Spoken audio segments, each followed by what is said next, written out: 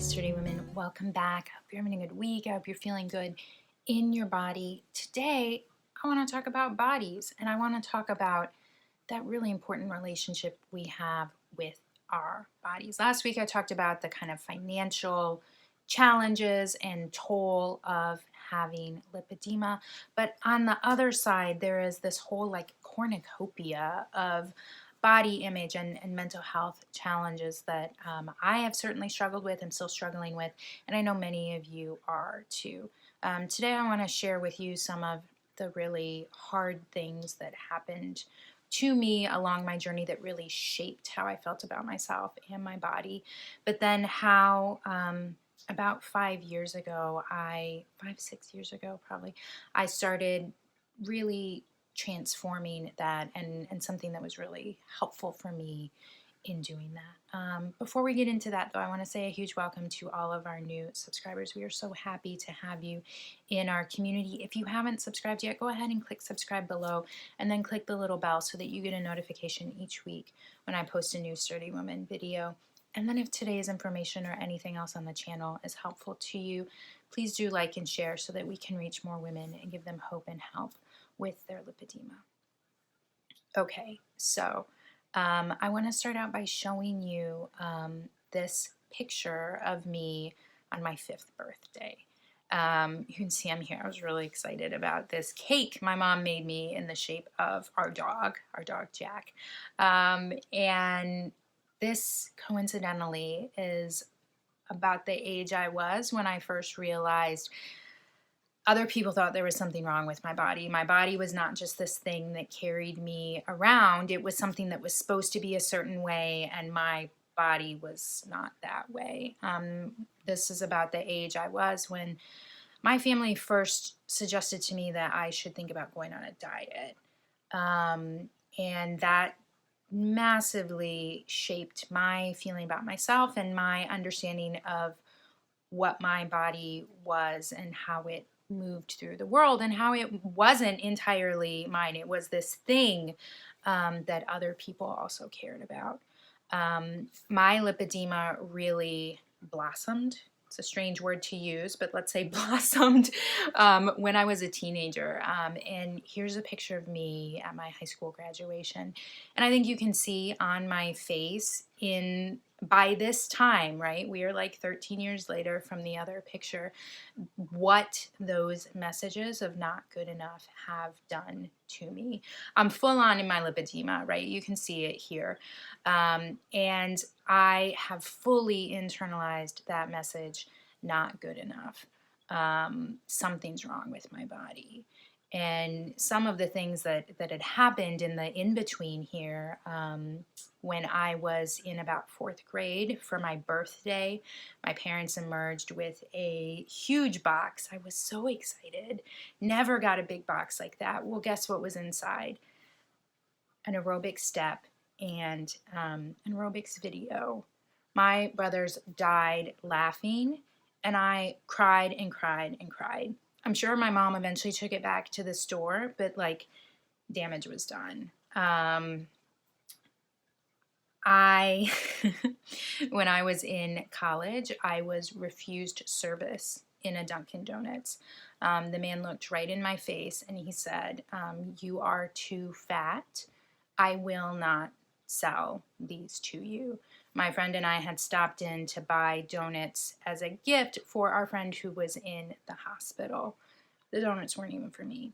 The man looked in my face and said, "I will not sell these to you because you are fat." He pointed to my friend Anna. He said, "I will sell them to her. I will not sell them to you. Ha ha ha. You are too fat."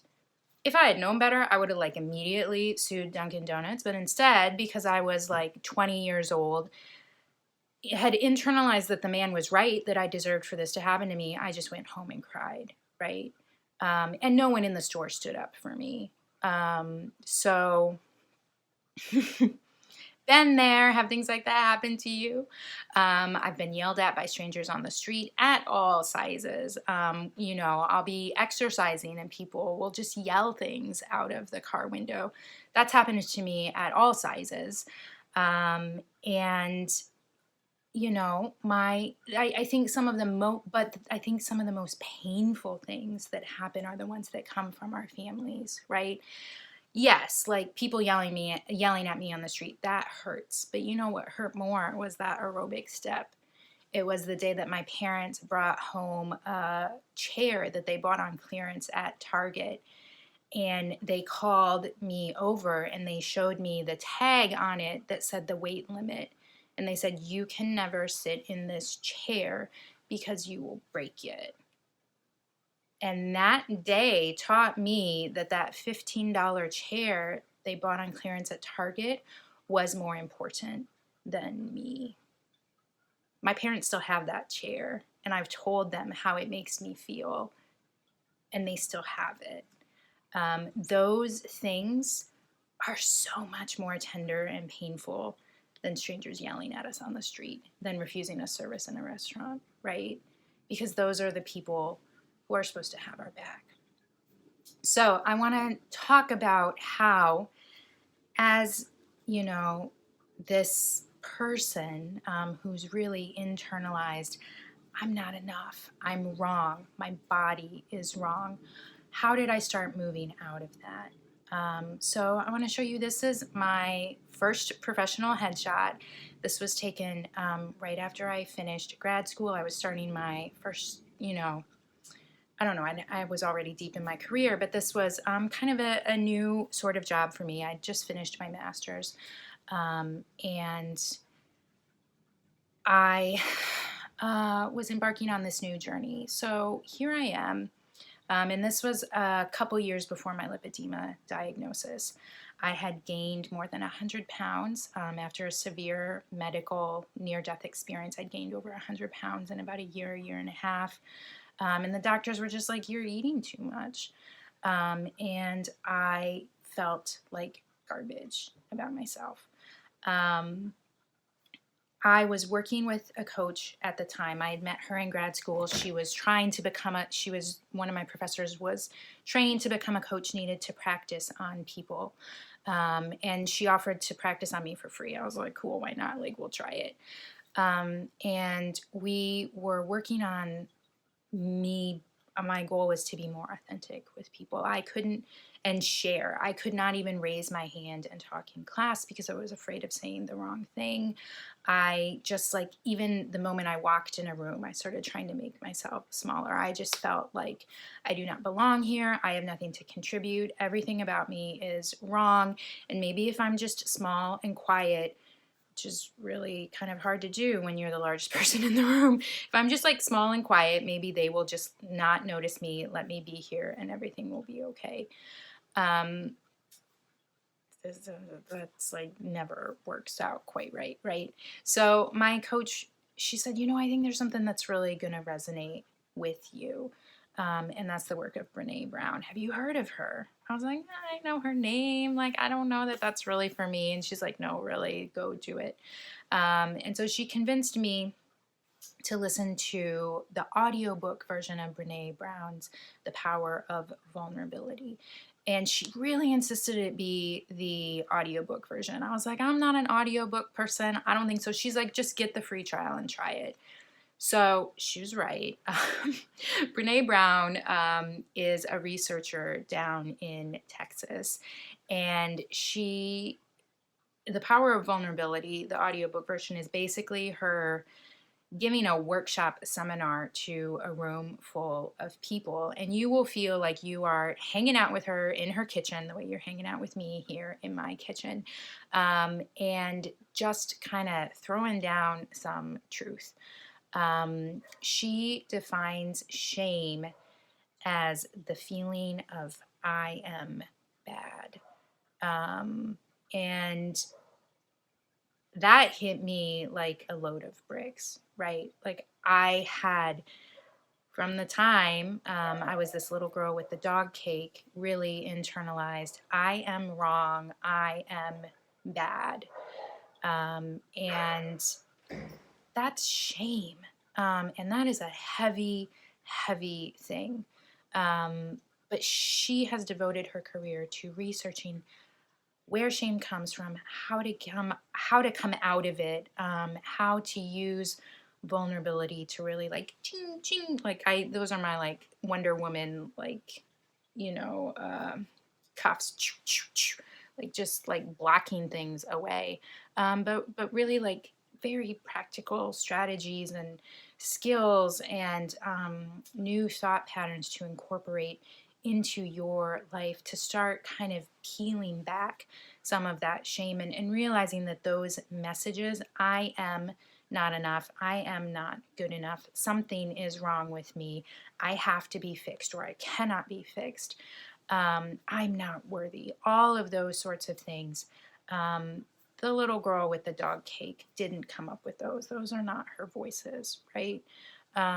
Those are from other people. And so I have listened to every Brené Brown audiobook she has ever put out, multiple times. And she's got some great TED Talks. She's got a great podcast.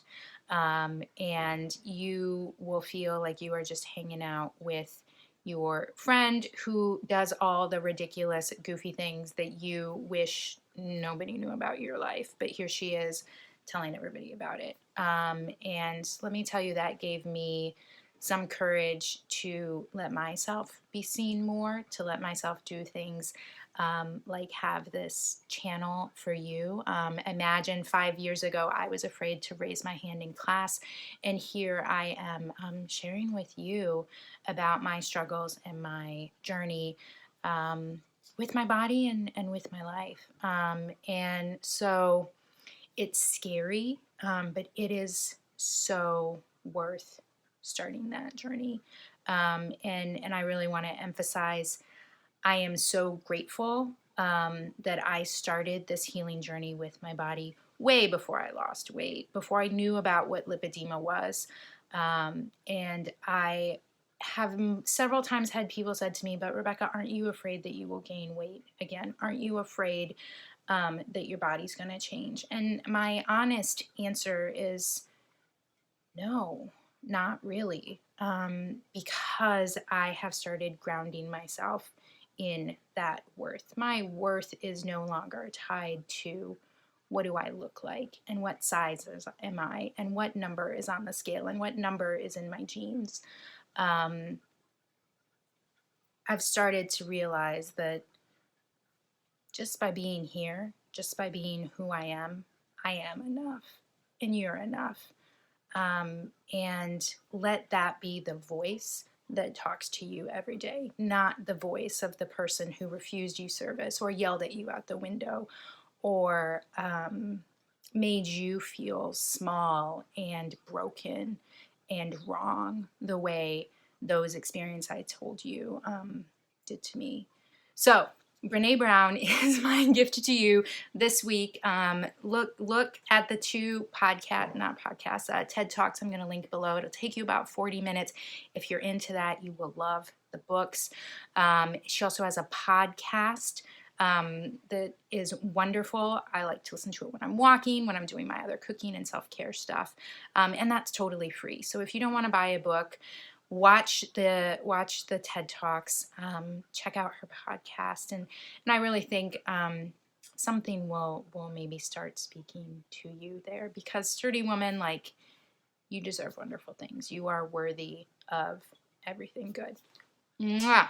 For more about me and my journey, you can head over to sturdywoman.com. I've got self-care things and more about my lipedema and lymphedema journey. I'll see you next week.